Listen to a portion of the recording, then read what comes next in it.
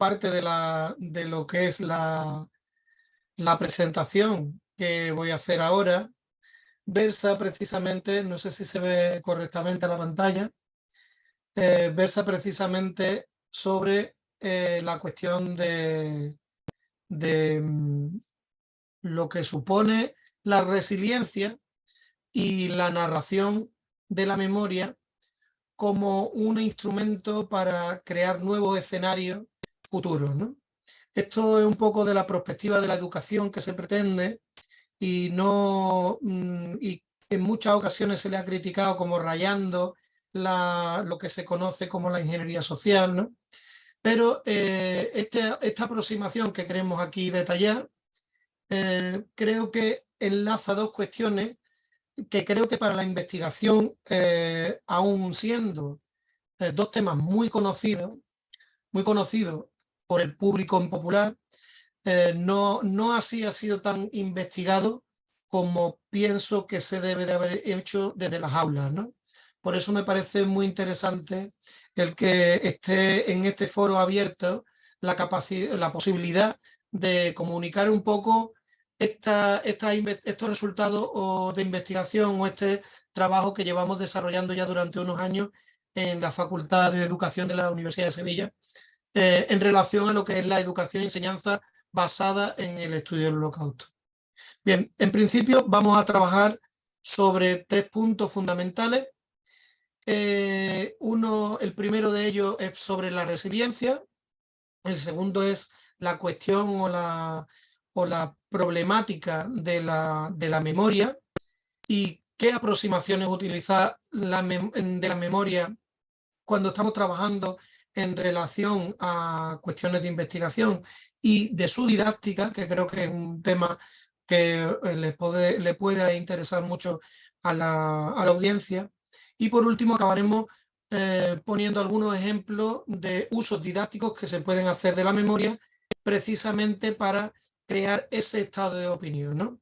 ¿Cuál sería nuestro planteamiento inicial? ¿De qué preguntas nos planteamos al inicio de esta presentación? Bien, yo creo que en principio podíamos hablar de 3 preguntas, de 3 grandes preguntas que creo que van a fundamentar o estarán rigiendo lo que es la línea de trabajo de esta presentación, en la que podemos ver, en la pantalla le aparece, cómo podemos plantear esas nuevas narrativas de futuro dejando atrás nuestro pasado, cómo aprender de nuestra historia y cómo nuestra historia personal nos permite crecer humanamente.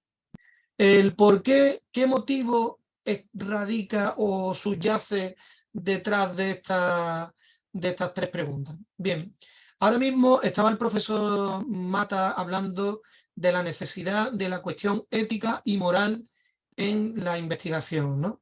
Y de cómo esas consideraciones éticas y morales son necesarias y urgentes en nuestro contexto profesional si nos dedicamos a lo que es la educación y sobre todo también cuando hablamos de la investigación educativa.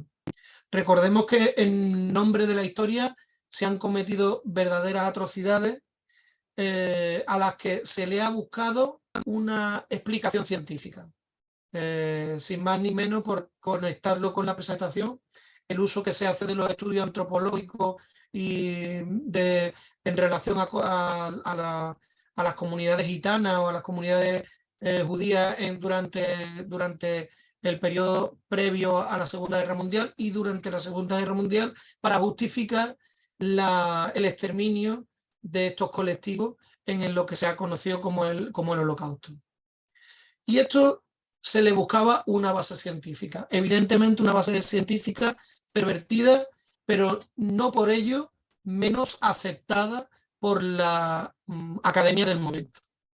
Creo que esto nos debe hacer reflexionar a todos los que nos dedicamos al tema de la educación y especialmente a todos aquellos que nos dedicamos a la investigación educativa, porque considerar que en este momento nosotros somos poseedores de la verdad, como decía anteriormente nuestro compañero Mata, pues es siempre un peligro y un riesgo que debemos de asumir como investigadores. La pregunta, lo que nos hace crecer, es la duda, la pregunta, el cuestionamiento de la realidad en la que nosotros estamos. Y ahora mismo estamos en un escenario que está claramente marcado por una situación de crisis, no solamente por la cuestión de la pandemia, sino por una cuestión de lo que son las cuestiones económicas, las cuestiones globales, la geopolítica, las situaciones de guerra. No hablamos ya de situaciones de guerras locales, sino hablamos, por ejemplo, de situaciones de guerra atómica, como por ejemplo pasa en el escenario de Ucrania. Pero es que si aterrizamos o nos acercamos más a nuestras aulas, nos encontramos que cada vez más en los discursos de odio y cada vez más la violencia, la agresividad y las visiones que supuestamente habíamos planteado en el siglo XX como que estaban descartadas en la sociedad del siglo XXI porque nos considerábamos más elevadas, pues ahora resulta que al contrario, estamos ya llegando al primer cuarto de siglo XXI y estamos como en los peores tiempos del siglo XX. Creo que no hemos aprendido en nuestra historia y por tanto es importante ir a esos discursos de personas que han respondido ante la adversidad y que se han reconstruido ellos, como poniendo por ejemplo, y es un ejemplo arquetípico que yo suelo utilizar en muchas de las conferencias y en muchas de las producciones científicas o las clases que imparto en la universidad, y es poner como ejemplo muchos de los supervivientes del Holocausto y cuál es la respuesta de muchos de estos supervivientes del Holocausto después en su proceso de reconstrucción personal y cuál es su visión del mundo después de haber pasado un genocidio de tal calibre como fue la masacre y el exterminio sistemático simplemente por una cuestión ideológica de una parte de la Alemania del siglo XX. Luego, otra cuestión que nos parece también interesante, porque todo esto tiene una trascendencia, yo siempre intento siempre estar unido a lo que es nuestra base, que es los centros educativos, y es cómo nosotros podemos ayudar a través de estos ejemplos a crear una nueva conciencia que genere unas nuevas narrativas que permitan que ese futuro posible, más humano, más basado en valores positivos, más centrado en la igualdad, más centrado en el respeto al valor de la persona, pues creo que esos elementos, cómo ponerlos en valor de cara a futuras propuestas didácticas o a propuestas de proyectos de investigación que se lleven a las aulas. Vamos a comenzar por la cuestión de la resiliencia y me gustaría, entiendo la dificultad que tiene este medio virtual. Yo coincido también con el compañero anterior, me gusta mucho más el contacto directo con los estudiantes y este tipo de actividades este tipo de presentación tiene mucho más eco cuando hay esa interacción, ¿vale? Entonces, sí es verdad que a lo largo de la presentación quiero ir lanzando algunas ideas que me gustaría que comentaran los asistentes a esta conferencia sobre qué les sugiere este tipo de frases en relación a esta cuestión de crear nuevas narrativas que permitan a nuestros estudiantes, que permitan a nuestros alumnos generar nuevas visiones de lo que puede ser el futuro, de cuál es su papel en el mundo, cuál es su responsabilidad en el mundo, ¿vale? Para que esa construcción del mundo real y positiva sea posible, ¿vale? Esta frase de Sartre me parece que es demoledora, ¿vale?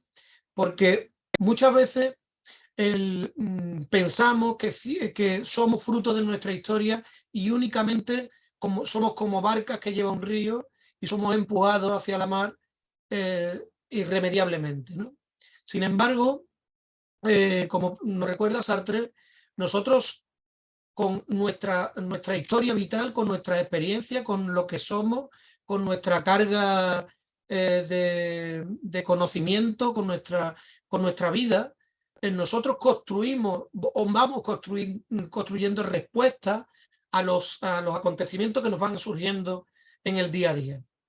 Y es cierto que la forma en que nosotros nos reponemos ante los problemas, respondemos ante las necesidades que nos va poniendo la vida, ya sea a nivel micro o a nivel macro, pues es lo que va construyendo a nosotros nuestra identidad.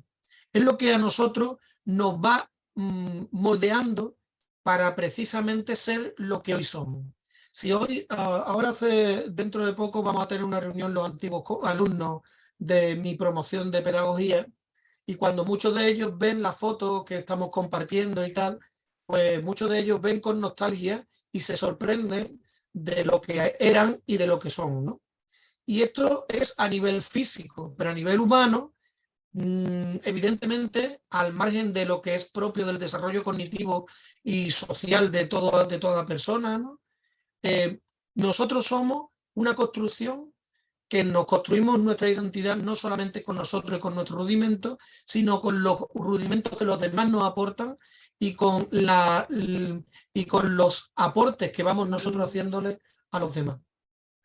Es interesante que nosotros no perdamos de vista esta cuestión, porque a partir de esto es de lo que vamos nosotros a comenzar con la conceptualización de lo que es la idea de resiliencia. Para empezar, la cuestión de resiliencia, que viene del término resilo, ¿vale?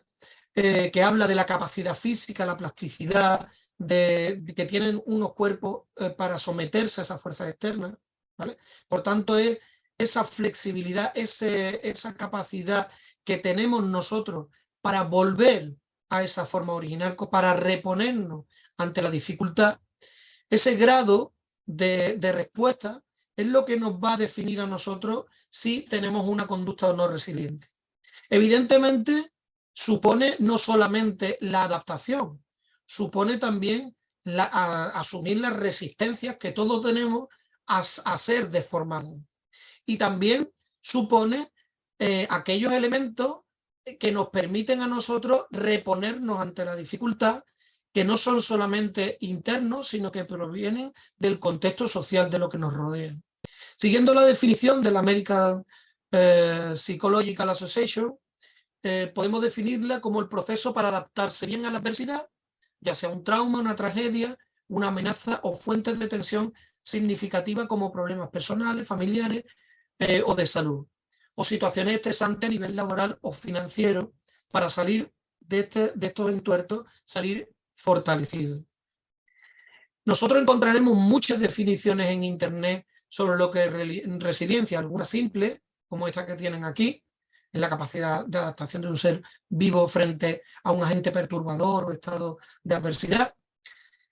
Pero lo que sí es verdad que todas tienen ese nexo común, esa capacidad que debe tener el ser humano a recomponerse, adaptarse a esas situaciones conflictivas. Por comenzar poniendo un poco, uniendo la cuestión de los supervivientes, por ejemplo, es interesante como a través del análisis de las memorias de muchos de los supervivientes en el Holocausto, nos encontramos que muchos de ellos no pueden hablar de la cuestión del sufrimiento vivido o de las situaciones que han vivido en los campos o durante la persecución previa en los guetos o durante los años de la Alemania previa a la Segunda Guerra Mundial, desde los años 30. Muchos de ellos no son capaces de hablar de su situación. Sin embargo, cuando lo hacen y rompen a hablar, muchos de ellos lo hacen ya con un compromiso claro de ser testigos de esa realidad. Y eso nos linka rápidamente, nos une rápidamente con la idea que nosotros que vamos a desarrollar más adelante de lo que es la idea de memoria e historia, ¿vale? Esa dualidad, esa que muchos quieren plantearlo, muchos investigadores quieren plantearlo como una realidad antitética cuando no lo es. Son claramente y recomendablemente son complementarios. Si nosotros continuamos viendo un poco el concepto, hablando un poco del concepto de resiliencia, vemos cómo existe en este concepto, como hemos ya estado indicando, un claro carácter interactivo entre lo que es las características de la persona, los factores personales y el entorno a nivel social y cultural. Evidentemente hay elementos que a nosotros, si por ejemplo, si nos trasladamos al ámbito de la investigación y tenemos un perfil en el cual no tenemos esta baja autoestima, un bajo nivel de frustración, una escasa motivación de logro, una falsa capacidad de control de la situación, un locus control externo. O sea, todos estos elementos van a ser negativos y van a trabajar en contra de nosotros a la hora de establecer un nivel de resiliencia adecuado. Por contra, si tenemos una buena autoestima, si estamos motivados, si tenemos tenemos una percepción real de nuestras capacidades, si somos autónomos, si somos empáticos, vamos a tener muchas más probabilidades de desarrollar conductas resilientes. A nivel sociocultural, también es importante porque esa red de apoyo que constituye, como hablaba el profesor anteriormente, ese grupo de compañeros, ese aporte familiar, ese grupo de amigos que son apoyos en el momento de la tribulación, eso es un elemento fundamental a la hora de desarrollarnos nosotros a nivel profesional y personal. Con esto estoy claramente de acuerdo con lo que decía el compañero anteriormente. O sea, ser resiliente no es vivir en el nirvana, ni estar viendo unicornios de colores corriendo bajo arcoíris de colores en prados verdes. Ser resiliente es ser consciente de la realidad y responder a esa realidad, pero sin que esa realidad te hunda. Y por tanto te permite crecer y construirte como persona. Es en ese proceso de construcción en el que nosotros debemos de considerar varias cuestiones que están relacionadas con ambos contextos anteriormente dichos. Primero, cuando hablamos de la resiliencia no es una cualidad que es fija, es decir, no ser resiliente siempre, ¿vale? Sino que hay circunstancias que nos hacen variar porque nosotros variamos a lo largo de nuestra intrahistoria. Además, hay situaciones que tienen diferentes gradientes o tienen diferentes grados de impacto en la vida de una persona. En este sentido, por ejemplo, habría que recordar, por ejemplo, una de las aportaciones que hace Edith Fried, que es una superviviente del Holocausto, que cuando acaba de su periplo por diferentes campos de concentración, emigra al norte de Europa, emigra a Noruega. Allí es en un contexto en el que Noruega ya sabemos que estuvo germanizada, por así decirlo, o sea, tuvo un sector claramente pro-nazi.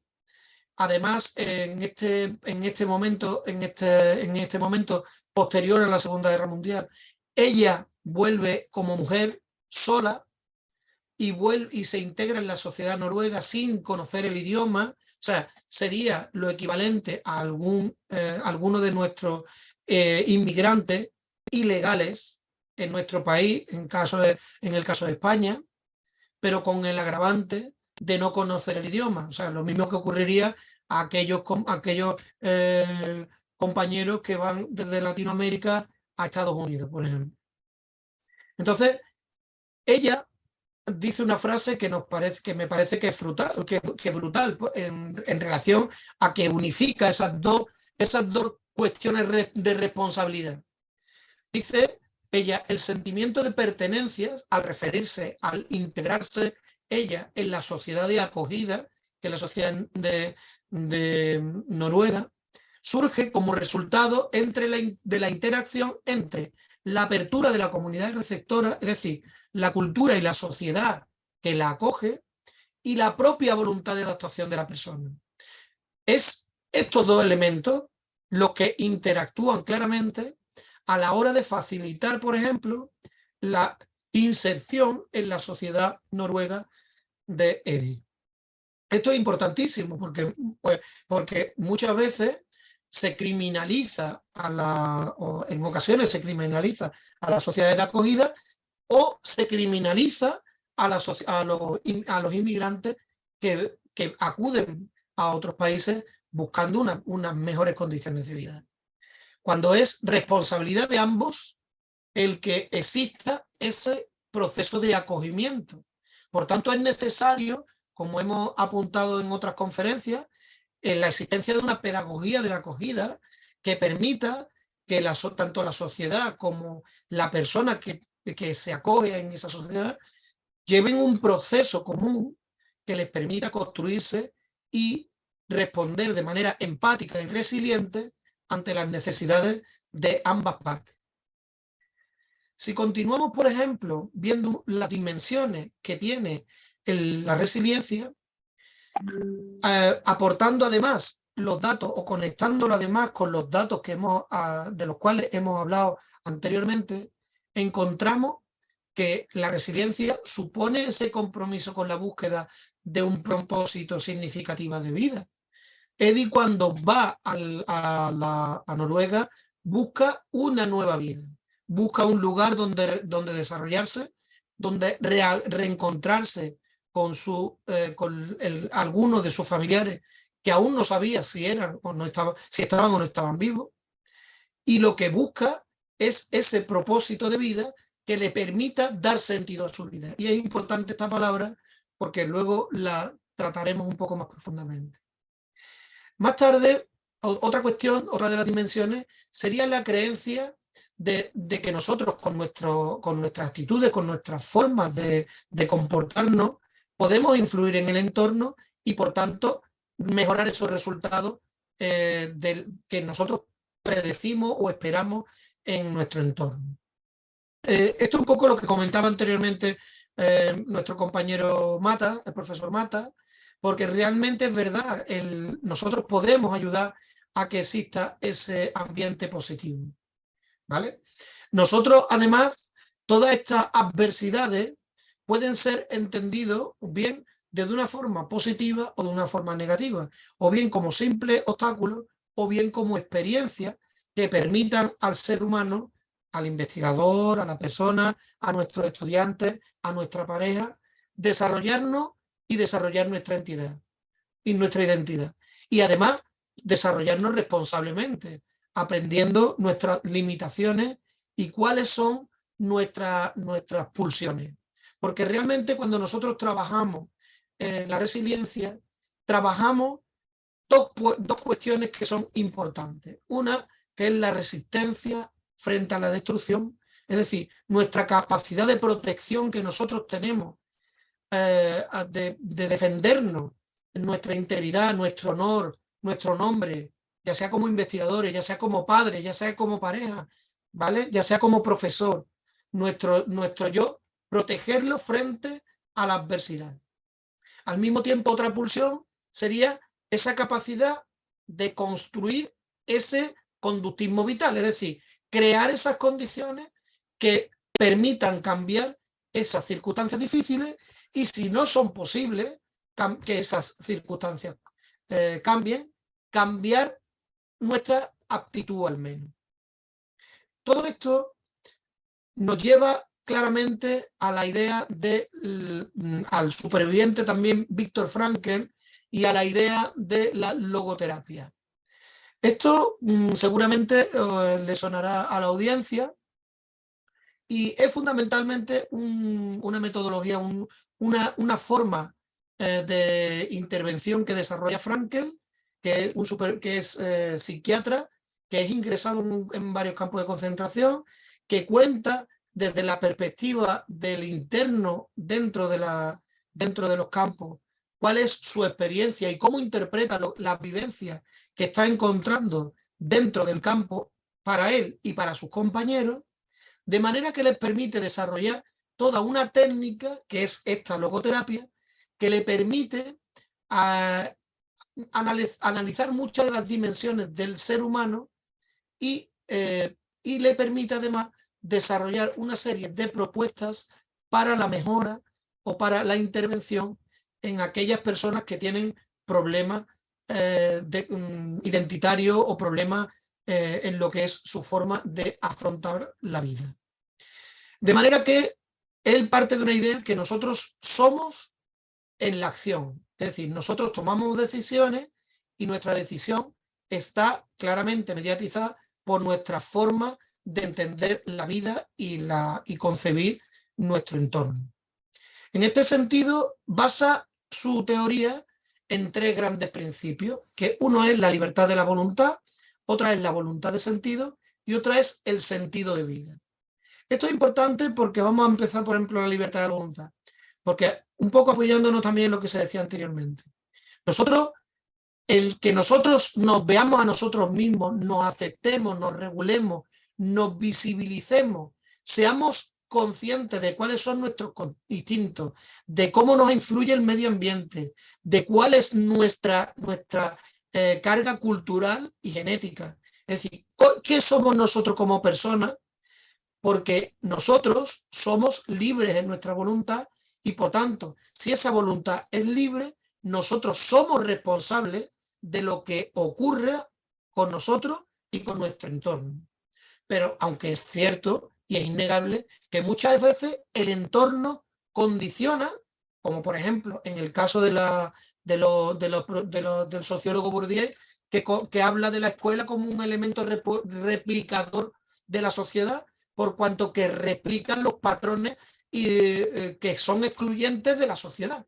Por tanto, es cierto que existe un contexto externo en el cual esa mochila que se le carga al individuo al comienzo de la carrera, ¿vale? No para todos es la misma, pero sí es cierto que la forma en que y la respuesta que da cada sujeto a esas distintas formas de entender la vida y su situación vital, ¿vale? Es lo que le va a permitir que esa toma de decisiones necesarias para que tome y tenga claro ese locus control de lo que él son sus condiciones en relación a lo que ocurre en su contexto. Es decir, que lo que ocurre con él parte es responsabilidad suya. Por tanto, hablamos de cierta responsabilidad social respecto a la asunción de las posibles responsabilidades. La culpa no es del Estado, sino la culpa es mía, porque no soy, o la culpa no es de los que el barrio está muy sucio porque no limpian, no, la responsabilidad es mía.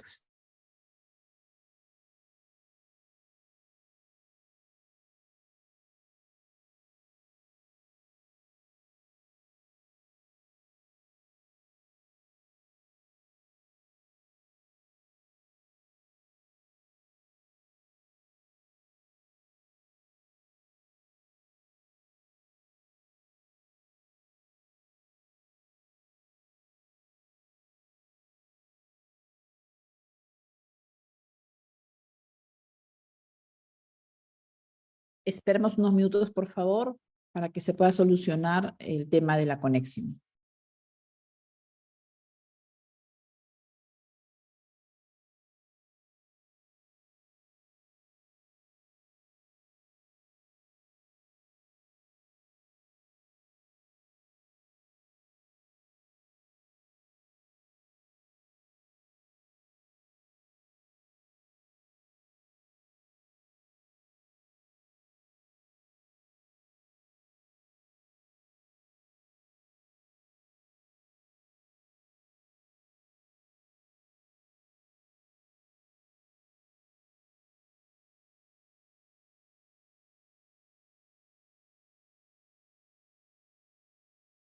Ha surgido un inconveniente en la conexión de nuestro expositor. Esperamos 2 minutos para que se restablezca, por favor.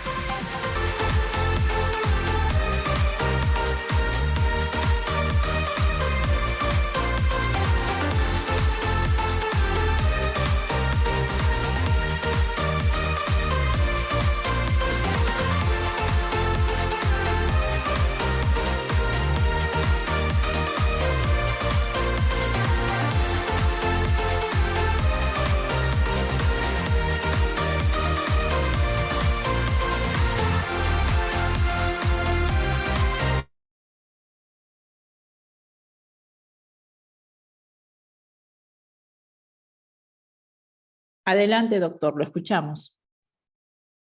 Gracias. Disculpad que no he sido consciente de que se había perdido la conexión. Voy a volver de nuevo a compartir. No sé en qué momento ha quedado la pantalla congelada. ¿Me lo podría confirmar, por favor?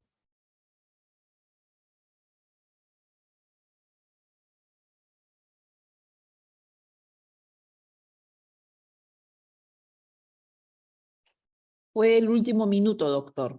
Ah, bien, bien, bien. Vale, correcto. Ok. Ok. Bien. Disculpen de verdad el fallo técnico. No sé a qué no sé a qué se ha debido. En fin, el último minuto estaríamos hablando de los principios básicos de la resiliencia, ¿no? Bueno, pues en principio, a partir de esos tres principios de lo que es la logoterapia, se desarrolla esa concepción o esa idea de, a ver, aquí es donde creo que ha sido en este momento donde donde se quedó la pantalla congelada. Bien, entonces en este sentido, nosotros el sentido de la vida estaría desde el punto de vista de la logoterapia de Viktor Frankl en ese saber el motivo del por qué nosotros vivimos y qué somos, ¿de acuerdo? Entonces, él habla desde una perspectiva evidentemente positiva de lo que son las vivencias humanas, ¿vale? Aquí podemos verlo en esta frase, evidentemente, de una visión positiva y una visión evidentemente optimista de la vida, ¿no? Como que a partir del desastre nosotros podemos ver y podemos afrontar nuevas oportunidades y ser nuevas personas, ¿no?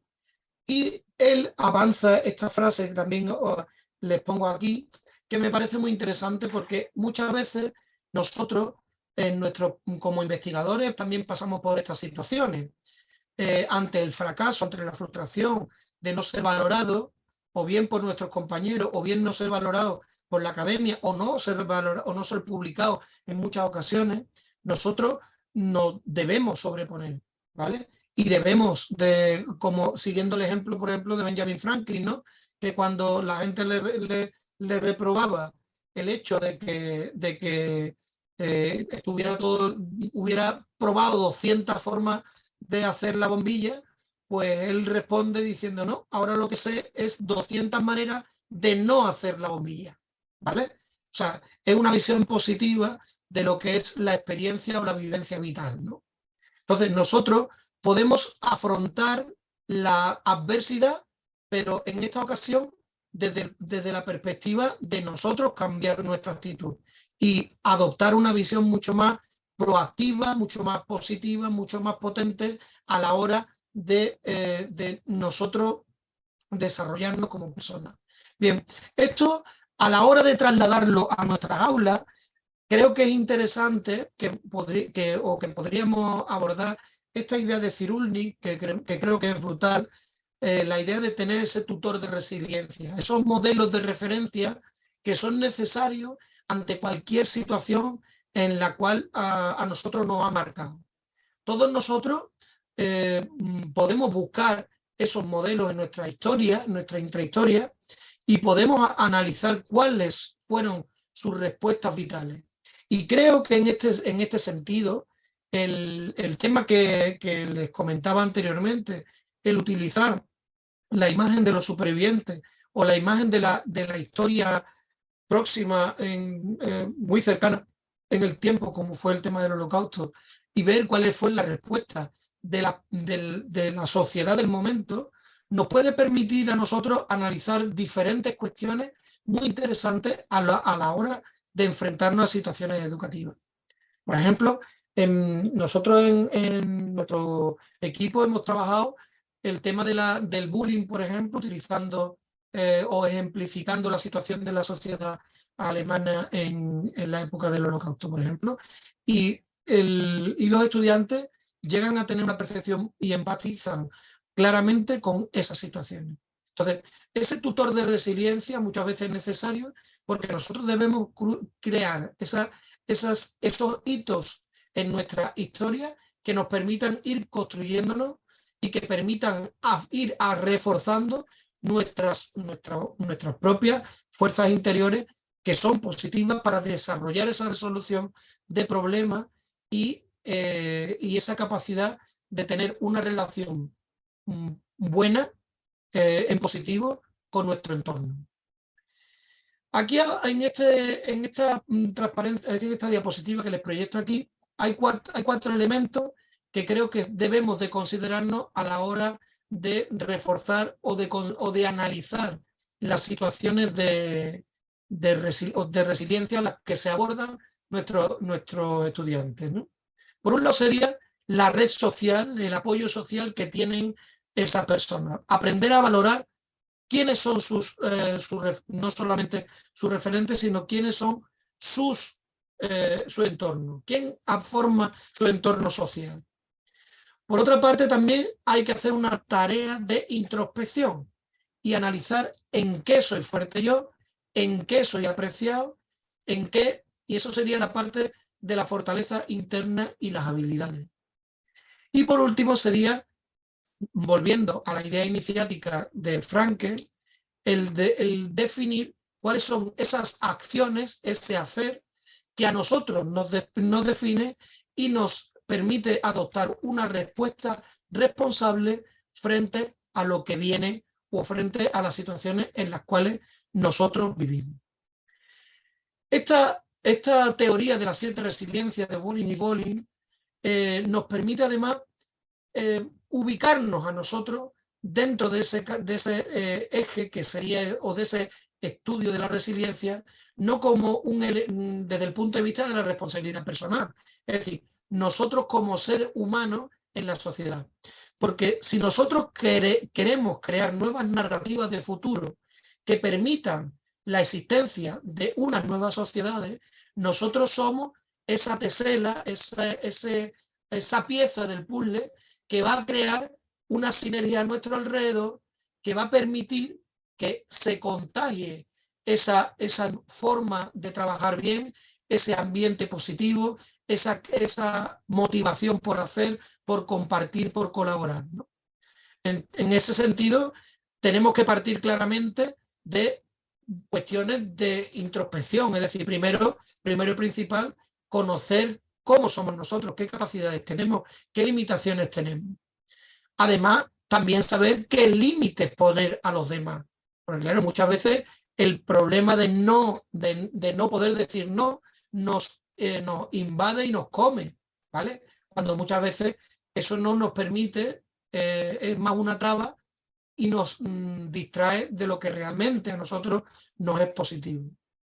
Luego es establecer ese tipo de relaciones positivas, satisfactorias con los demás, en las que tú te sientas gratificado, ¿no?, reconocido y apoyado, además de tú apoyar y reforzar la imagen de los demás.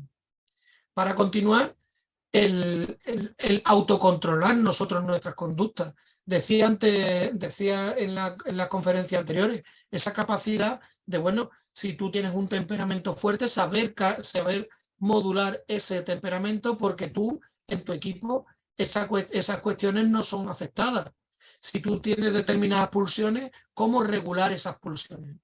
Por supuesto, el sentido del humor. Todos nosotros, el hecho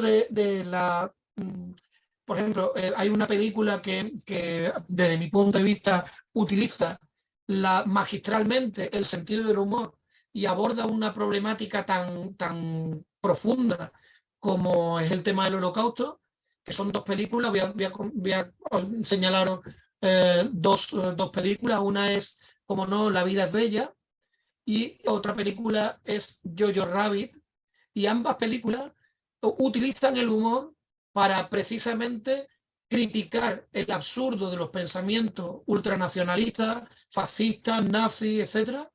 Y se puede con esas 2 films, se puede trabajar muchísimos aspectos que son muy interesantes a la hora de abordar o que tenemos que trabajar nosotros en la escuela secundaria y en bachillerato e incluso también en la escuela de primaria, ¿no? El absurdo de la intolerancia, el absurdo del racismo, el absurdo de muchas cuestiones que subyacen detrás del pensamiento intolerante nazi y del absurdo de muchas de las ideologías totalitarias de este periodo de entreguerras. Perdón.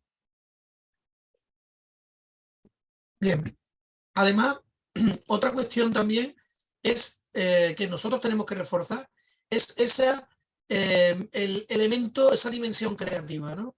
Ese elemento que es importantísimo también en nuestra tarea como investigadores, de ver la belleza de la investigación, ver la belleza de lo que es, de aquello que estamos haciendo, valorar la utilidad y el servicio que nosotros como investigadores hacemos a la sociedad, ¿vale? Y como docente, el bien y el valor que nosotros tenemos a la hora de desarrollar nuestro conocimiento o nuestro aporte a nuestros estudiantes. Porque es importantísimo nosotros sabernos resilientes y transmitir esa capacidad resiliente, ¿vale? No es algo privado, sino es algo que es necesario compartir con aquellos que nos rodean. Y por último, como no, y volvemos de nuevo a las consideraciones éticas, el que nosotros tenemos que estar comprometidos con valores. Y esos valores están claramente marcados y fijados en la Declaración de los Derechos Humanos, que aún hoy en el siglo XXI muchos países todavía no han firmado. Y eso me parece esencialmente grave. Además de consideraciones que están en favor de valores que son fundamentales para el que nos define como seres humanos. Por ejemplo, el valor de la tolerancia, el respeto a la vida, el respeto a las personas, la igualdad, el respeto a la persona que es al diferente, ya sea por su cultura, por su religión, por su orientación sexual, por su color. O sea, es fundamental que exista esa dimensión moral que subyace en toda persona resiliente. Porque nosotros, conociendo la cultura de otros, ¿no? Ya lo decía Unamuno, que el racismo se cura viajando porque conoces otras culturas y conoces otras realidades. Y eso es lo que te hace a ti ser empático con esas otras realidades.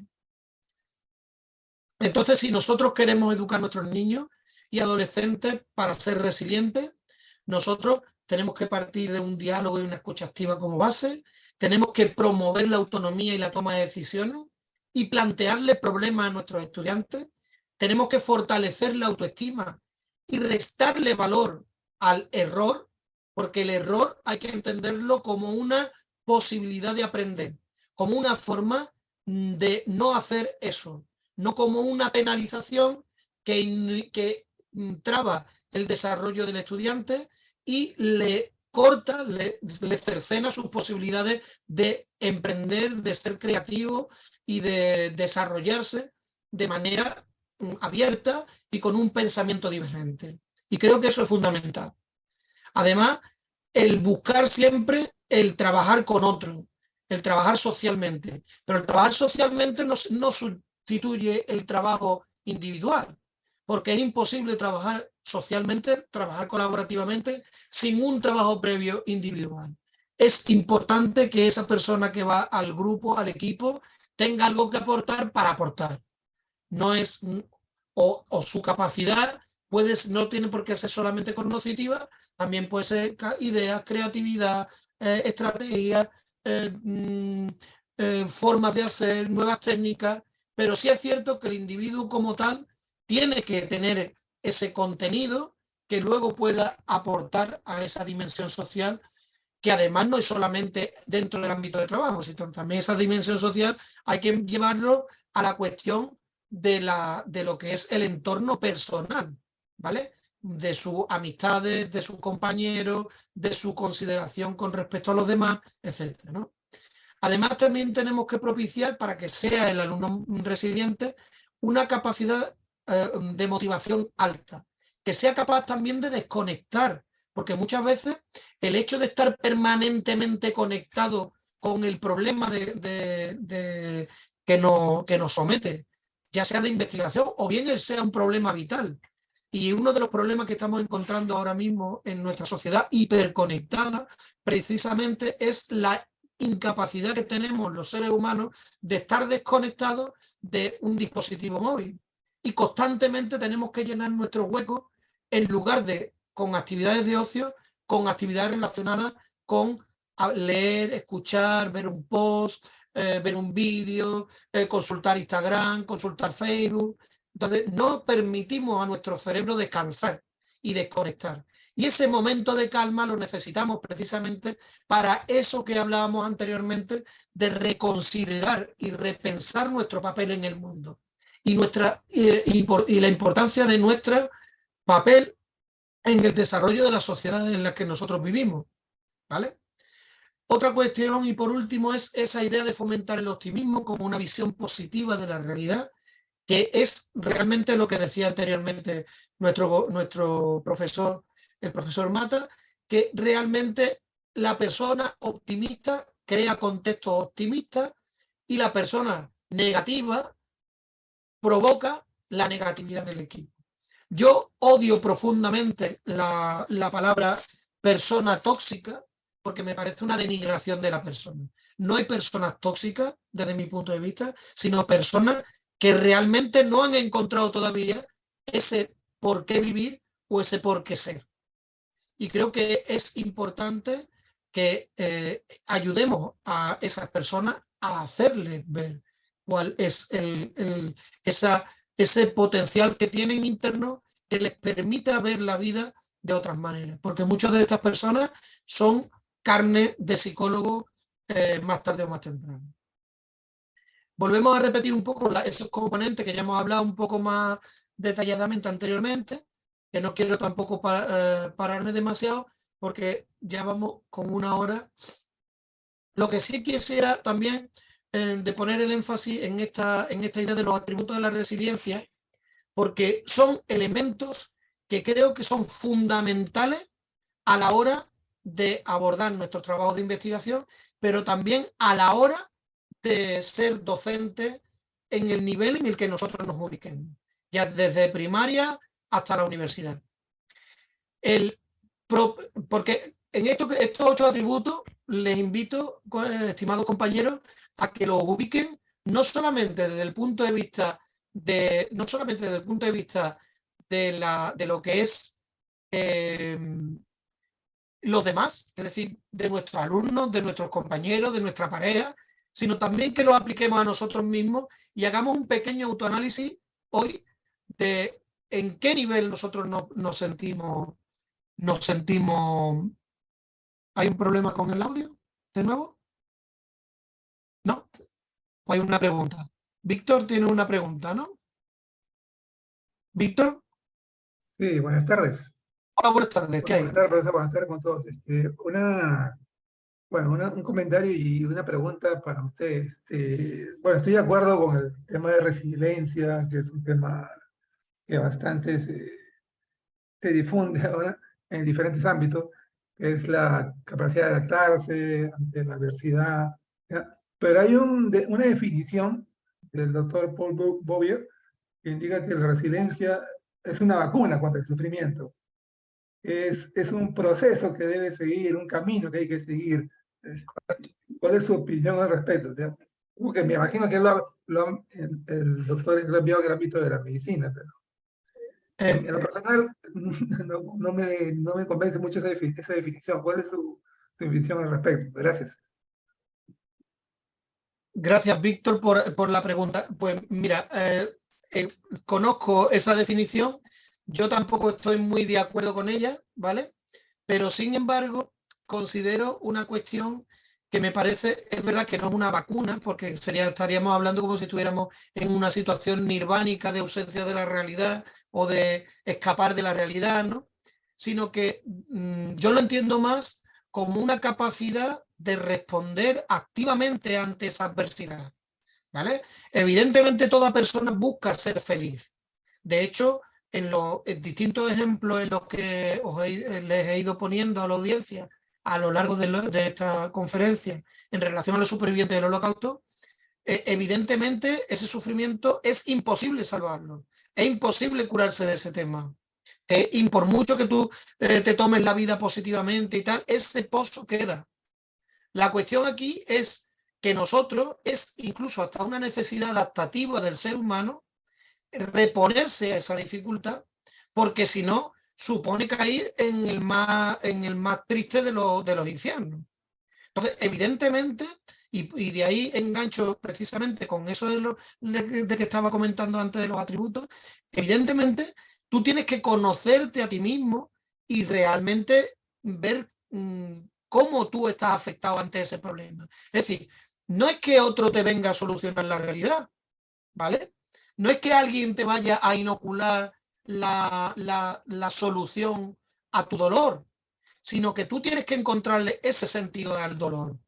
Y eso es importante porque sabiéndonos nosotros nuestras dificultades, esto no es es una realidad que ya se decía también en el Nuevo Testamento, ¿no? O sea, que hablamos incluso a nivel de la propia filosofía judeocristiana, que también subyace en muchos de los pensamientos y en muchas de la filosofía que nosotros, o de donde bebe este tema de la resiliencia, ¿no?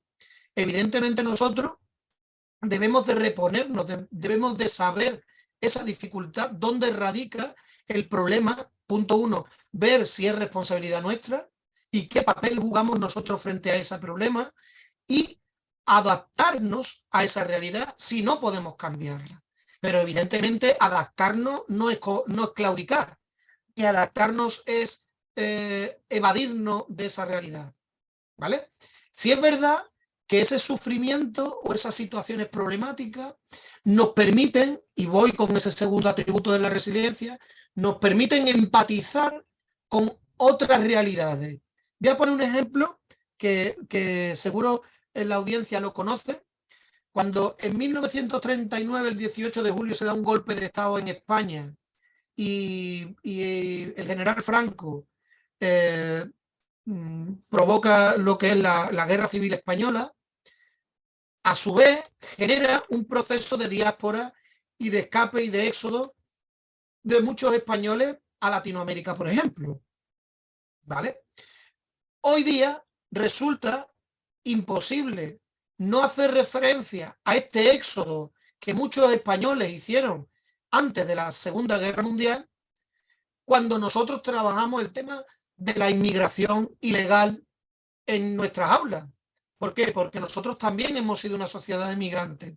El ser una sociedad de migrantes nos ha ayudado a nosotros a empatizar con esas situaciones de discriminación a las que se enfrentan aún hoy día esas personas que vienen de contextos más desfavorecidos y que se encuentran en muchas ocasiones con una sociedad de acogida que lo percibe de manera reticente, ¿vale? Entonces, evocar nuestra historia, empatizar con nuestra historia y con aquellos que vivieron algo parecido a nosotros, nos ayuda también a mejorar esa capacidad resiliente. Evidentemente, el carácter de nosotros como seres autónomos, que somos responsables de nuestra vida, como decía Frankel, somos nosotros los que adoptamos una respuesta más o menos positiva ante la realidad, pero que sí es verdad que nosotros, si queremos ser catalogados como una persona resiliente, evidentemente tenemos que ver ese elemento positivo en la adversidad, porque elementos negativos ya tiene de per se. Entonces nosotros tenemos que ser conscientes de esa realidad, ser flexibles, ser constantes, perseverantes, porque muchas veces que nosotros cambiemos la actitud no cambia tampoco la situación. La situación sigue existiendo. Y no porque nosotros tengamos una actitud positiva, el problema va a dejar de estar. Tú vas a tener un cáncer y lo tienes.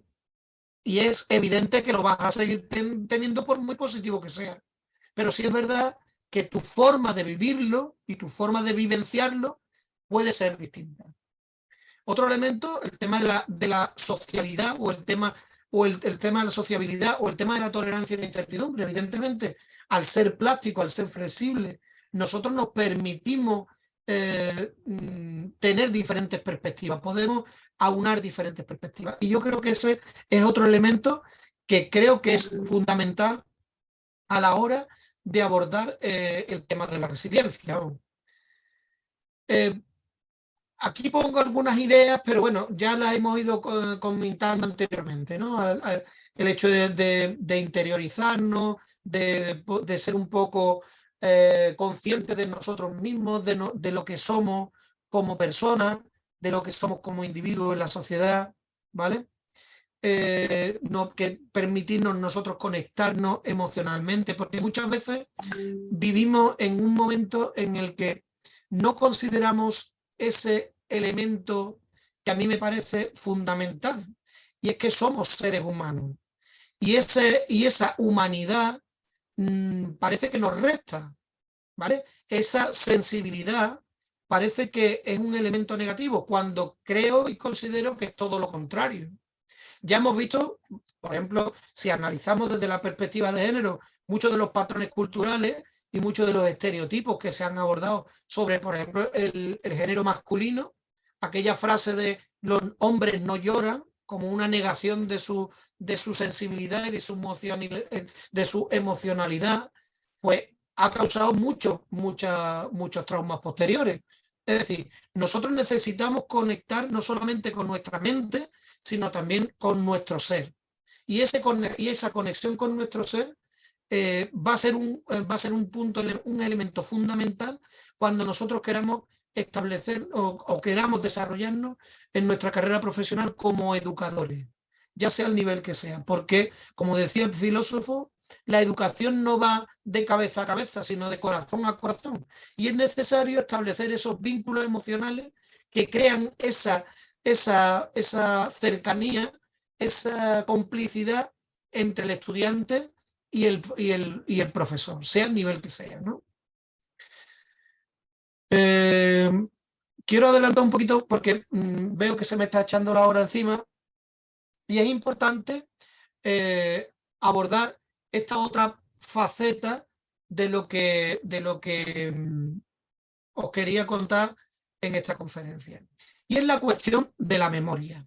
La memoria, no estoy hablando de la memoria como la capacidad de recordar, sino la memoria es, me refiero a lo que es cómo el ser humano reconstruye la historia y hace esa memoria individual y colectiva como una forma de interpretar la realidad que ha vivenciado y que permite o no desarrollar su identidad como individuo. Seguro que a todos los asistentes les suena este caballero. ¿Les recuerda a alguien o no? Seguro que sí. Es Tyrion Lannister. Y en el último episodio de la serie, de la archifamosa serie Game of Thrones, Juego de Tronos, como se traducía aquí en España, dice una frase que a mí creo que es brutal y que realmente es lo que a nosotros lo que nos centra esta conferencia concretamente. Hace esta pregunta, dice, ¿qué une a la gente? El oro, los ejércitos, las banderas. Y él concluye, las historias. No hay nada más poderoso en el mundo que una buena historia. Nadie puede detenerla, ningún enemigo puede vencerla. Y esto, estimados compañeros, creo que es una frase brutal. ¿Por qué? Porque a partir de esto, nosotros podemos crear, fijaros lo que os estoy comentando, podemos crear realidades alternativas en nuestro futuro atendiendo a la historia que nosotros contemos hoy en el presente. Es decir, ¿qué es lo que somos hoy? ¿Vale? Si nosotros condicionamos nuestro futuro a lo que somos hoy o no. Y esto vale como individuo y como sociedad. Porque si nosotros implantamos discursos o historias o memorias que son falsas en los que supuestamente basar nuestra realidad futura, pues crearemos realidades totalmente divergentes y totalmente falsas. Esto es importantísimo, tanto a nivel de educación como a nivel social, como a nivel de investigación. El ejemplo que ponía anteriormente de los estudios antropológicos en comunidades gitanas o dirigidos a judíos en la época del nazismo, quería determinar una visión de lo que es la historia. Quería prefijar una concepción de lo que eran esas comunidades y qué representaban en la sociedad. Y esto es importantísimo que hoy nos lo planteemos como investigadores y como profesionales de la educación, porque somos responsables en gran parte de esos discursos futuros. Si hoy nosotros vemos películas de los años 50 en las que se hablaba de la realidad de hoy, yo todavía me acuerdo de una serie que había americana que era Espacio 1999 y estamos en 2023 y se hablaba de una sociedad de que los humanos habían establecido bases en la Luna, o como esto, otras distopías que diseñaron, por ejemplo, Orwell en 1984, o por ejemplo, La fuga de Logan, o diferentes ideas de lo que iban a ser las sociedades futuras que se escriben en los años 70, ¿vale? Veremos como muchos elementos del hoy los podemos encontrar en esos discursos del ayer. Y esos elementos del hoy no surgen de la nada. Que el hecho de que salga en 2001 Odisea del Espacio un precursor de una tablet y que hoy sea un dispositivo que llevamos todos en el bolsillo, o que viéramos un intercomunicador, como veíamos en la película de Star Trek, eso hoy, a nosotros que en ese momento nos parecía, nos sublimaba, nos parecía imposible que fuera una realidad. Si nosotros analizamos los desarrollos tecnológicos que hoy estamos viviendo, estamos asistiendo que en unos 40, 50 años hemos pasado de la radio a la hiperconectividad en cualquier momento, a la inteligencia artificial, que hablamos de inteligencia artificial y os recuerdo aquella famosa película de Arnold Schwarzenegger. Entonces, esto que parecen distopías, que parecen absurdeces, pues resulta que nos lo encontramos en discursos que nosotros tildaríamos de antiguos. Sin embargo, hoy en muchas veces son realidades.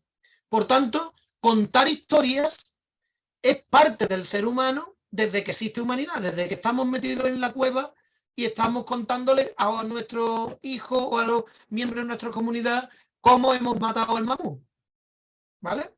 Desde ese momento, es inherente a nosotros como seres humanos, ¿vale? Pero claro, el kit de la cuestión está en qué tipo de historia queremos contar, qué idea queremos transmitir, y otra cuestión, ¿qué historia queremos que nos cuenten? Porque eso también es importante. ¿Qué queremos nosotros creernos? Porque muchas veces echamos la culpa de la situación social o de lo que nos ocurre a la sociedad en su conjunto, como si nosotros fuéramos algo ajeno a esa sociedad. Y estos elementos son importantes porque vamos a ver cómo nosotros hemos sido manipulados a lo largo de la historia. Esto que ven aquí es una representación de la propaganda nazi que se hacía de la comunidad judía. Entonces se muestra a la comunidad judía, primer estereotipo, la nariz afilada, segundo, la visión horripilante, un poco repulsiva, de un gusano con dientes afilados que está sobre el mundo, esa estrella de David, ese ojo con el brillo del símbolo del Dora en el ojo derecho y en el ojo izquierdo el símbolo del comunismo, ¿vale?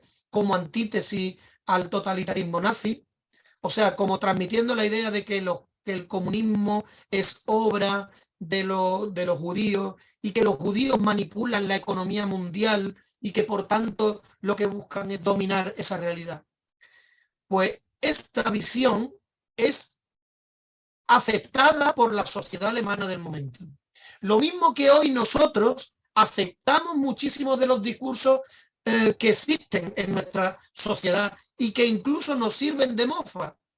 Por ejemplo, aquí tienen dos visiones, discúlpenme las palabras que ponen en estas imágenes, pero son ejemplos reales de Internet cogidos como chistes, como historias jocosas, como gracias que se difunden y que encontramos algunos hasta divertidos, ¿no?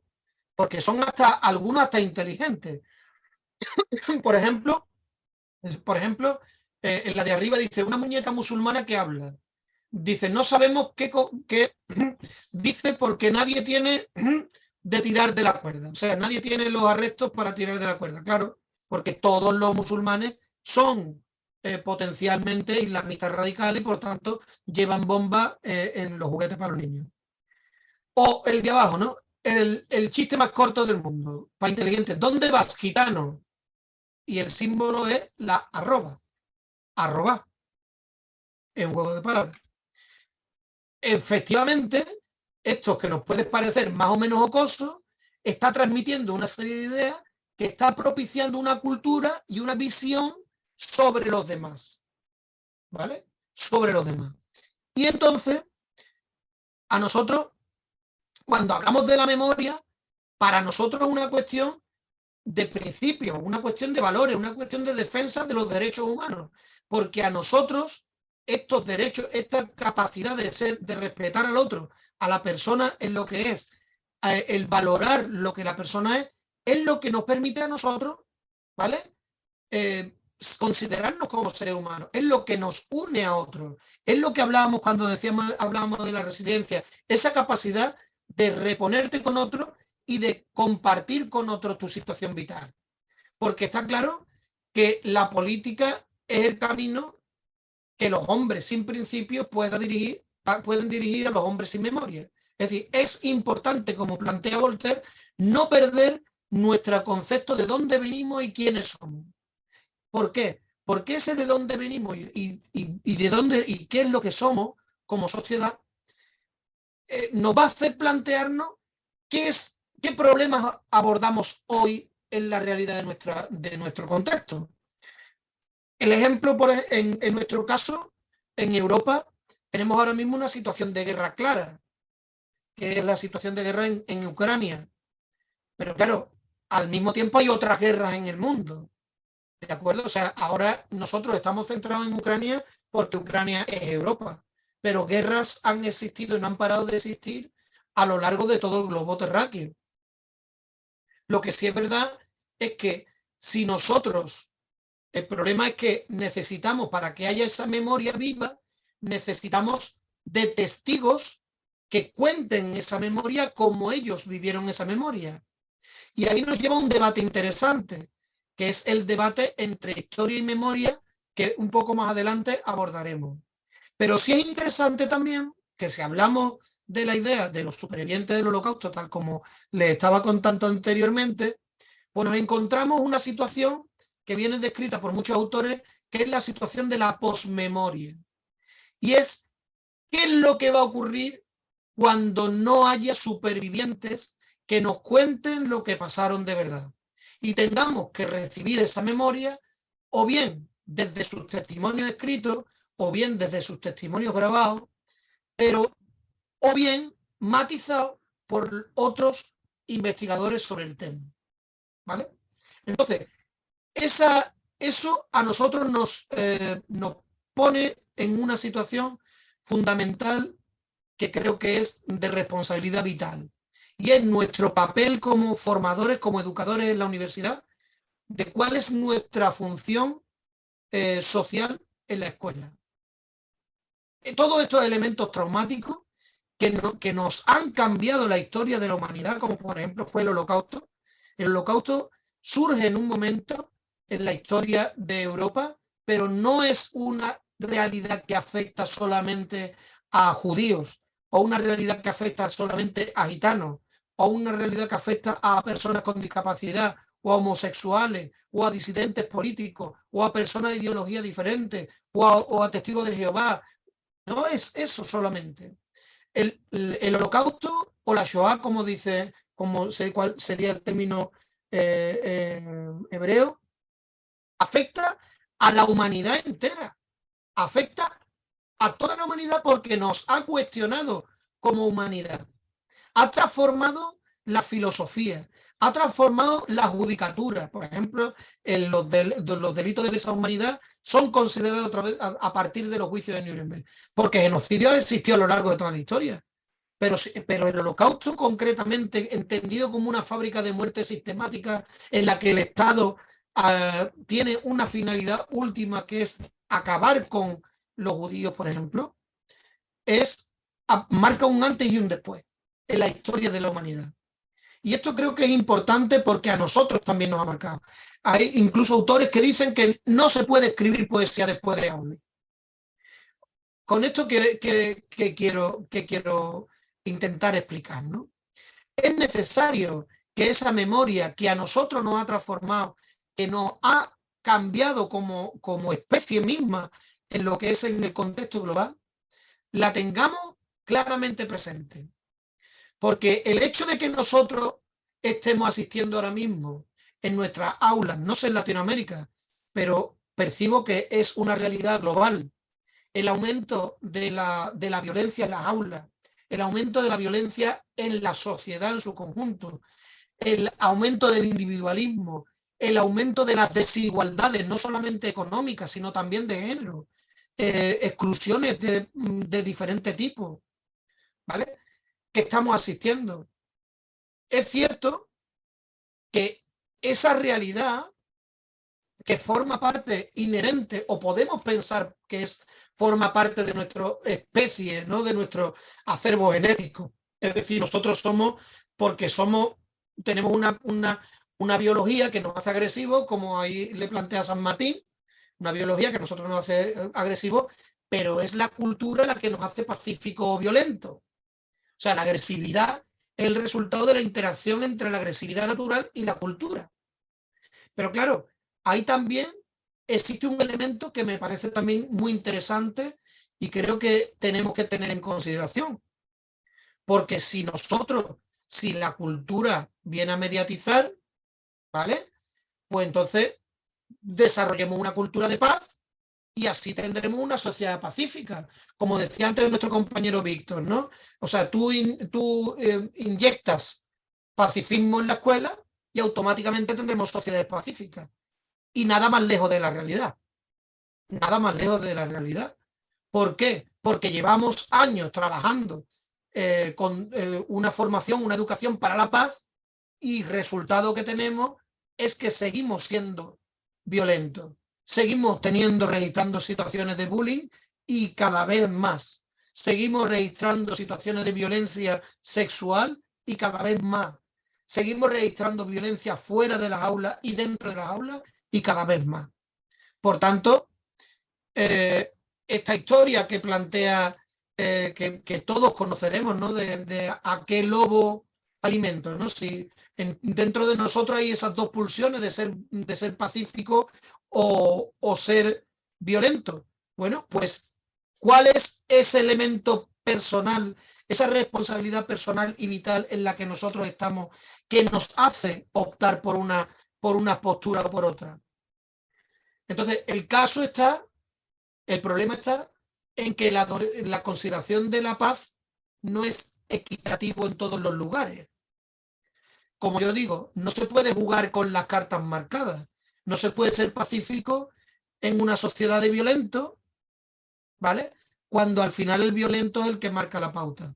Sin embargo, ha habido históricamente personajes como Gandhi que han utilizado la violencia pacífica, o sea, el pacifismo, como una herramienta de transformación social, ¿vale? Es cierto que no todas las culturas, ni todas las ideologías, ni todas las sociedades quieren la paz como principio básico. De hecho, hemos recordado anteriormente que ni la Declaración de los Principios de los Derechos Humanos es reconocido por todos los demás. La situación que ahora ocurre en Ucrania es un ejemplo de ello. Se quiere ser potencia mundial a partir de la violencia y ser potencia militar. Se quiere, en otros contextos, propiciar en la explotación comercial, sabiendo que está esquilmando realidades, otros países con mayores dificultades económicas y con menos posibilidades de desarrollo, ya que sus recursos están siendo explotados. Claro, ahí tenemos entonces un problema con la cuestión de las ideologías, ¿vale? ¿Por qué? Porque muchas de las ideologías, sobre todo aquellas ideologías que son totalitarias, y hablo totalitarias no solamente totalitarias de ultraderecha o ultranacionalistas, sino también totalitarias en el sentido de ultraizquierda, que están propiciando situaciones en las que hay un discurso, una dualidad en los discursos. Y frente a ese discurso constructivo de los derechos humanos, los valores positivos, el valor de la persona, aquello que nos construye como sociedad, el desarrollo del espíritu democrático, el gusto por la sociabilidad, ¿no? el trabajar con otros, el estar con otras personas, aparecen otros discursos propiciados por estas otras ideologías, que son esos discursos de odio, que son expresiones realmente de odio que están a un paso de lo que es el delito de odio, que es cuando la palabra se hace acción. Y por tanto, ya no estamos hablando de una cuestión teórica, sino que se materializa en esa realidad que es el delito de odio. En contra de esto está ese discurso constructivo que hemos dicho, que es confrontar verdad e ideología, que son dos realidades totalmente irreconciliables, ¿vale? Porque la búsqueda de la meta común, al final, la ideología acaba mediatizándola hacia su contexto o hacia su posicionamiento ideológico. Por tanto, no existe ese equilibrio, no existe esa búsqueda de la verdad, del conocimiento, de la tolerancia, el respeto, de la justicia, que es lo que nos define a nosotros como humanidad. Entonces, ante esto, ¿qué tenemos que hacer? ¿Permanecemos indiferentes? Aquí hay una frase tomada del libro de la noche de Elie Wiesel, que se refiere a un rabino de su pueblo, y dice: no molestaba a nadie, su presencia no estorbaba a nadie, era un maestro en el arte de hacerse insignificante, de volverse invisible. Sin embargo, el que no se le viera no le salvó del holocausto. Aquí les presento a una frase muy conocida de Martin Niemöller. Bueno, se le achaca a Martin Niemöller, pero hay diversidad de opiniones al respecto, ¿no? Y plantea un poco la idea de la responsabilidad personal ante la injusticia. Entonces, habla un poco esto, ¿no? Cuando vinieron a por los comunistas, pues yo no era comunista, entonces me daba igual, tal. Y luego no había nadie que pudiera protestar por mí y vinieron a por mí. Claro, el carácter de la responsabilidad personal en la sociedad.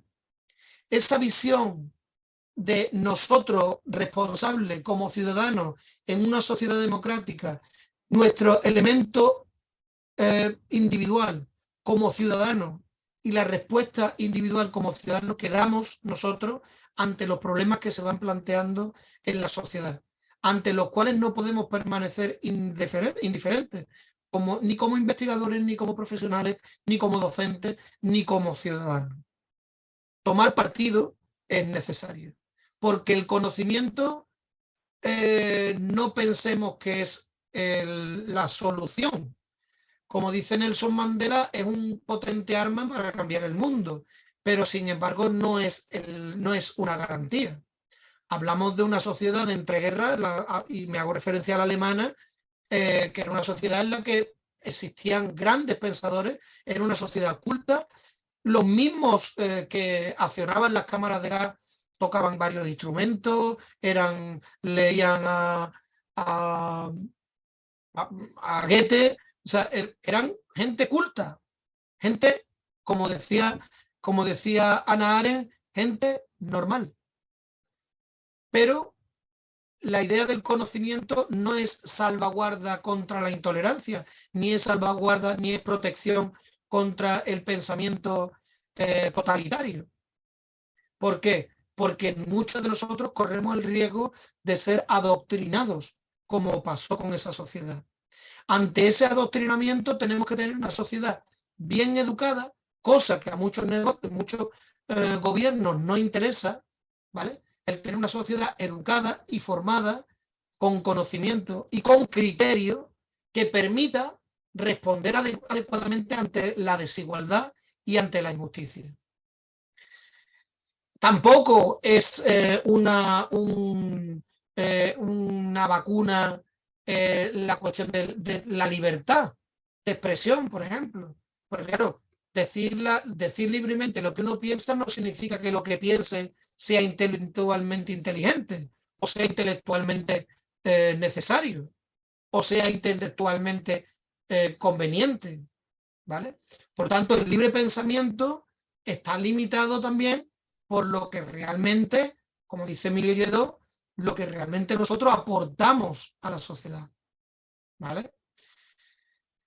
Eli Barnaby, que es un historiador, hace una pregunta que creo que está de total actualidad, que es si vencerá la sabiduría y la moderación al fanatismo y la estupidez.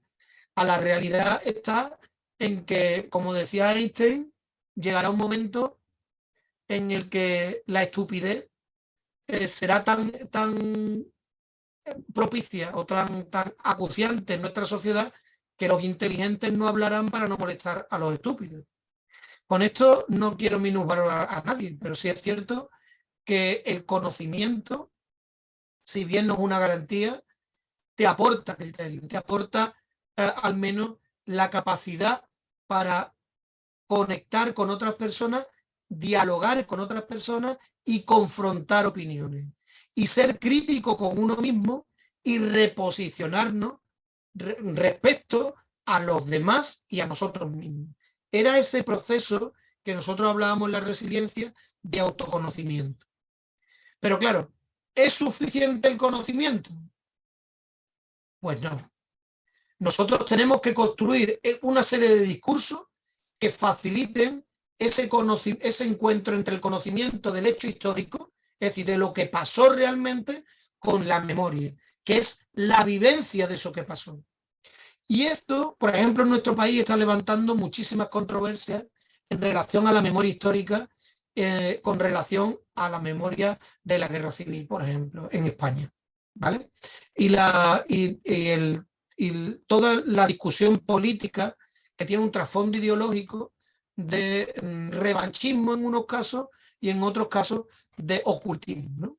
Entonces, claro, si nosotros no propiciamos, no aceptamos que ese hecho histórico que ocurrió propició distintas memorias que, si las unimos, se convierten en memoria colectiva, memoria social, y que permita nosotros empatizar y aprender de nuestra historia para no repetir esas situaciones que son deleznables. Por ejemplo, la persecución de personas por su religión, por su fe, la persecución de personas por tener una discapacidad intelectual o física, por tener una diferente orientación sexual, por tener una ideología distinta, por pensar distinto. Cuando nosotros nos posicionamos y pensamos que una vida vale más que otra en función de si es católico, o si es protestante, o si es musulmán, o si es judío, o si es negro, o si es homosexual, o si es síndrome de Down, desde ese momento nosotros necesitamos unas competencias que van más allá de lo puramente técnico, como pueden ser todo el tema de las competencias emocionales. Y está claro que la memoria, como dice este humorista gráfico Forge, un humorista gráfico español, que dice que la memoria es hija de la historia y hermana del corazón. ¿Por qué? Porque no puede existir una memoria que no está recreada sobre el hecho histórico real. Que hubo asesinatos en la Segunda Guerra Mundial, evidentemente que los hubo. Pero no son la misma consideración aquellos que fueron asesinados vilmente por su condición religiosa o por su origen étnico, por ejemplo, que aquellos que murieron en el campo de batalla. No estamos hablando de que haya muertos de primera y de segunda, sino que hablamos de cómo racionalizamos como sociedad esas dos realidades que son ambas trágicas. En este sentido, hablamos de la controversia entre el hecho, que es la historia, que es el estudio objetivo de lo que ha ocurrido, frente a la memoria, que es aquella elementos que nosotros hacemos de reconstrucción y reelaboración personal e individual de esas vivencias que vivimos. Si tú pones a dos personas que acaban de ver una misma película y le pides que cuenten esa película que han visto, seguramente te contarán películas distintas en función de si le ha gustado o no le ha gustado la película. Incluso a personas que le haya gustado la película o le haya disgustado la película, ambos grupos, si cogemos dos personas del mismo grupo, de los que le ha gustado, te contarán versiones distintas de esa película. Lo mismo cuando nosotros contamos un hecho que nosotros hemos vivido en familia y nuestros familiares o nuestras parejas o nuestros hijos nos dicen, papá, eso no pasó así. Eso pasó. ¿Por qué? Porque nosotros reconstruimos la memoria con elementos emocionales que van más allá del hecho concreto y objetivo que ocurrió. Pero no por ese motivo no invalida el uso o la utilización que nosotros le podamos dar a esa memoria del hecho histórico que se vivenció. Sí es cierto que es necesario contrastar esas memorias individuales con la memoria colectiva, ¿vale? Para ver hasta qué punto esas cuestiones son reales o son vivenciadas desde un punto de vista evidentemente posicionado de una manera ideológica demasiado fuera de la realidad. ¿Cómo hacerlo? Pues bueno, aquí os propongo diferentes elementos de cómo utilizar las narraciones de esa memoria, ¿vale? Que hay ejemplos maravillosos en la literatura de los supervivientes, en las memorias de los distintos supervivientes. El ejemplo arquetípico que todos conocen son las memorias de Ana Frank, pero hay muchísimas memorias que nosotros podemos leer, incluso hay memorias grabadas en Yad Vashem, en Buchenwald, en el archivo del Holocausto de Washington, en diferentes recursos en los que se recopila esa memoria y que te cuentan, y por supuesto un elemento que me parece de un valor fundamental es la película de Lanzmann, Shoah, en el que es un documental durante 6 horas, cuenta diferentes momentos que van reconstruyendo su historia los supervivientes y en un tiempo cercano al momento del Holocausto, ¿no? Mira, por ejemplo, aquí hay elementos como utilizar las memorias, pues definir un público objetivo adecuado, o sea, no se puede enseñar todo a todos, sino que hay que adecuarlo a la audiencia, hay que generar emociones, buscar elementos emocionales que puedan acercarnos a la historia, recordar nuestra propia historia, generar situaciones de empatía, conexiones con las vidas de cada uno de la audiencia, utilizar también esos elementos tragicomédicos, ¿no? De buscar elementos también que suavicen la situación.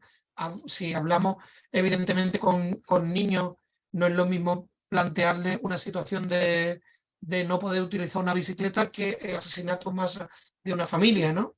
Entonces tenemos que adaptarnos, ¿no? Crear los escenarios, la historia contada en sus detalles es mucho más que esos detalles.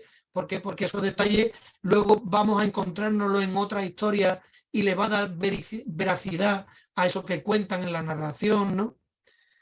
No es contar todo, ¿vale? Sino que tú puedas recrear esa historia, que puedas utilizar incluso diferentes recursos, que no des espacio a esas verdades a medias, ¿vale? Porque, por ejemplo, hay un elemento, el tema de del negacionismo, o otros temas asociados a diferentes estereotipos que hay del colectivo inmigrante o de otras clasificaciones que hay simplistas de determinados colectivos, ¿no? En fin, lo que trato de comunicar es un poco cómo utilizar la memoria para recrear esa situación un poco desde el punto de vista crítico, que nos permita confrontarnos a nosotros mismos en ese proceso de autoconocimiento que nos haga posicionarnos frente a nuestros problemas cotidianos y tener actitudes resilientes de cara al mañana.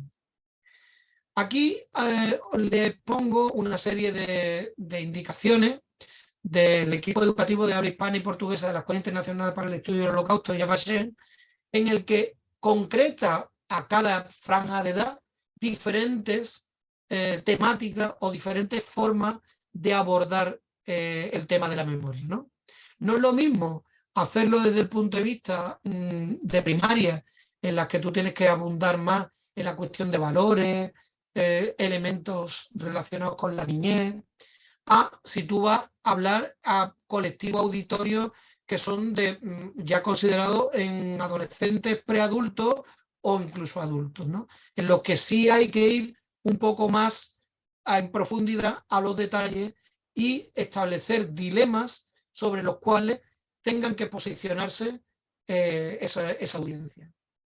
Todo ello, si nos damos cuenta, es para al final crear situaciones que nosotros nos permitan posicionarnos y tener esa capacidad crítica frente a lo que nosotros queramos desarrollar en el futuro, porque si nosotros queremos tener narrativas de futuro, tendremos que saber de dónde no queremos, a dónde no queremos regresar y a dónde queremos ir.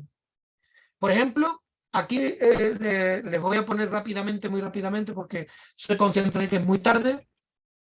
Aquí les voy a poner varios ejemplos de cómo utilizar didácticamente esto. Por ejemplo, usando el fotolenguaje, por ejemplo, en el que analizando estas fotografías se puede trabajar claramente, pues por ejemplo, la importancia de la identidad personal o de la identidad como colectivo. Estamos hablando de una fotografía real de una casa de una familia judía frente a la base de las Gestapo en una ciudad del norte de Alemania, y celebran su Hanukkah, y esto le puede plantear dudas y referencias al auditorio. ¿Qué es lo que pasa ahí? ¿Qué es lo que estás viendo ahí? ¿Qué podemos trabajar con esto? O esta imagen, que es una foto recreada de un fotógrafo italiano, en el que utiliza mucho de la simbología asociada al ámbito concentracionario, como por ejemplo el pijama, la estrella de David, que la estrella de David nunca sería en un campo así, ¿vale? El hecho de la alambrada, el hecho de la mano apretada junto a la alambrada. O sea, cómo utilizar esto para crear conciencia, para crear esa subjetividad colectiva, o sea, a partir de esa subjetividad individual, aportar esa capacidad y ese criterio e inferir determinadas ideas o determinados aprendizajes. Aquí esta es, por ejemplo, una poesía que escribe una hija de un represaliado durante el franquismo, y en esta poesía habla de cuando ella iba a visitar el campo de concentración donde estaba internado para que realizara trabajo forzado su padre, ¿no? Y ella cuenta lo que sentía, las percepciones que ella... Entonces tú le puedes ayudar a trabajar con el estudiante la empatía, el cuestionamiento, el hecho de decirle que había campos de concentración en España, no nazis, sino franquistas, pues te hace pensar tu propia historia, te hace plantear lo que ocurrió en la historia de nuestro país, ¿no? Otro ejemplo, por ejemplo, este ya es de Yad Vashem, en el que utiliza una serie de imágenes como en postales que se le dan a los asistentes, y puedes plantearles frases que están dentro de esas postales y con las cuales tú puedes establecer empatía o elementos que pueden ser interesantes para el estudio de esa cuestión, ¿no?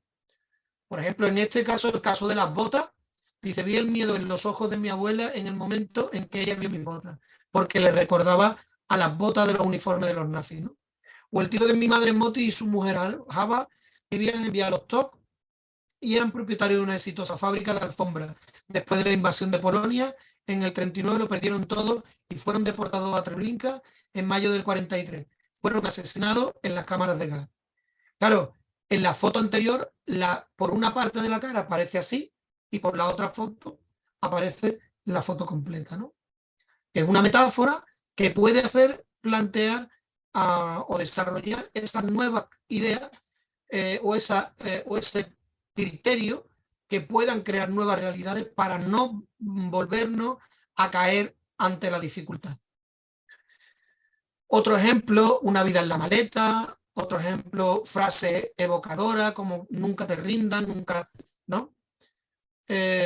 Otras ideas.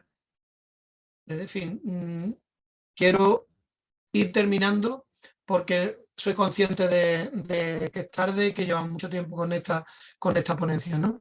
Aquí, por ejemplo, plantea la idea de la alimentación durante el Holocausto, ¿no?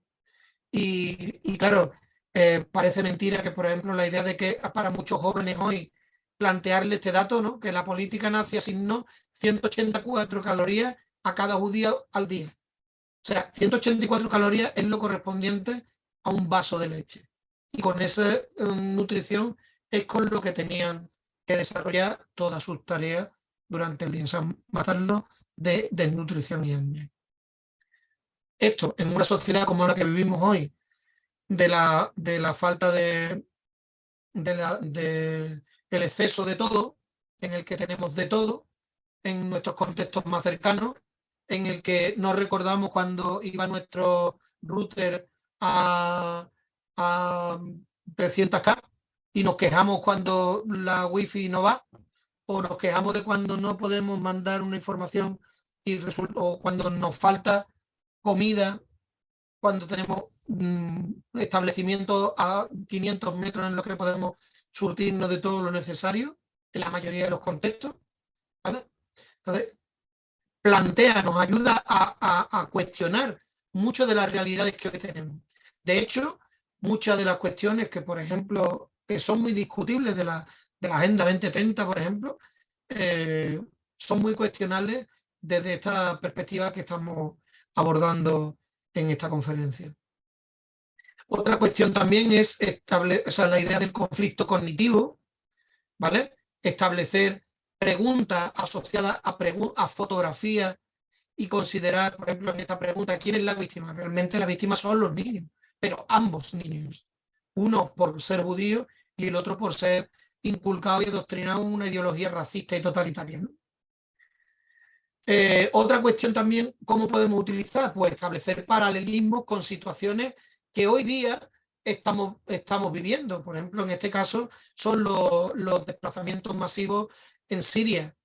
O podríamos contextualizarlo también con las columnas que van de migrantes que van al Norteamérica, ¿no? A Estados Unidos y a Canadá, ¿no? O establecer preguntas y ese paralelismo y ver qué piensas de esta situación. ¿Por qué se da esta situación? La de arriba es una situación del Holocausto, la de abajo es la frontera entre Siria y Turquía. O esto, ¿no? La indigencia. Una es la indigencia forzada de los guetos y otra cosa es la indigencia de la sociedad rica en la que nosotros vivimos. O sea, nos plantea dilemas ético-morales que nos parecen muy necesarios de cara a construir esas nuevas narrativas que son de futuro y que creemos que son necesarias construirlas en base a la verdad y a la justicia y desterrando las ideas de desigualdad, ¿no? Y contra los derechos humanos. Y esta también es otra idea interesante, ¿no? Esto es el ego hecho en su enésima potencia, ¿no? Cómo nosotros como sociedad hemos llegado a banalizar de tal manera lugares de exterminio, como por ejemplo en la derecha, que señalo a la derecha, Un momento, a ver si puedo coger el puntero. El puntero, esto es, por ejemplo, que son el Memorial del Holocausto de Berlín y un proyecto que hizo el artista y cómico Shahar Shapira, que ridiculiza estas fotos que son el típico selfie que se hace en modo jocoso, tal, sin tener en consideración el lugar en el que estás, que es un lugar de memoria y que conmemora el sufrimiento de muchas personas. Aquí veis también otro ejemplo, este es el Memorial del Holocausto de Berlín, y veis cómo confronta esas imágenes con realidades, con fotografías reales de lo que ocurrió en los campos de concentración. Un poco evitando aquella banalización del mal de lo que hablaba Hannah Arendt. Es decir, nosotros estamos llevando a un nivel en el que ya no sabemos ni lo que es o qué representan esos lugares de memoria. Y creemos que es importante que darle la dignidad que nunca tienen que perder esos lugares que nos recuerdan a nosotros de dónde vamos y a dónde venimos. Porque sin memoria no hay cultura. Y sin memoria no hay sociedad, ni cultura, ni civilización y ni futuro. Y ahí es donde vamos. Que si nosotros conocemos nuestra memoria, esta verdad sobre la cual nosotros nos podemos construir, nosotros podemos construir para un futuro un relato responsable, real, que no vuelva a repetir desde la indiferencia y el silencio nuevas situaciones de igualdad. Y aún hoy estamos viviendo estos horrores en nuestras sociedades allí donde estamos, ya sea en Latinoamérica, ya sea en Europa, ya sea en África, ya sea en Asia. Y estamos asistiendo muchas veces de forma impasible ante estas realidades.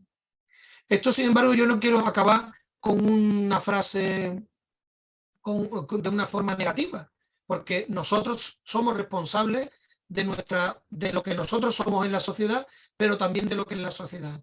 Nosotros tenemos la necesidad de soñar que otra realidad es posible, de que el hombre, de la persona, puede vivir en otro contexto en el que existan otras realidades. La utopía es necesaria porque nos hace caminar hacia la utopía, hacia aquel lugar donde todavía no hemos llegado. Pero para hacer esto es importante lo que dice Walt Whitman, no caer en el silencio, ser responsable, porque si encontramos las palabras, nosotros podemos encontrar el camino. Y ese camino nos lleva a reconsiderarnos a nosotros mismos dentro de la sociedad en la que vivimos, a ser resilientes, a enfrentarnos con éxito ante las dificultades que la sociedad y la vida nos va poniendo en nuestro devenir. Muchas gracias por vuestra atención y disculpad si me he extendido.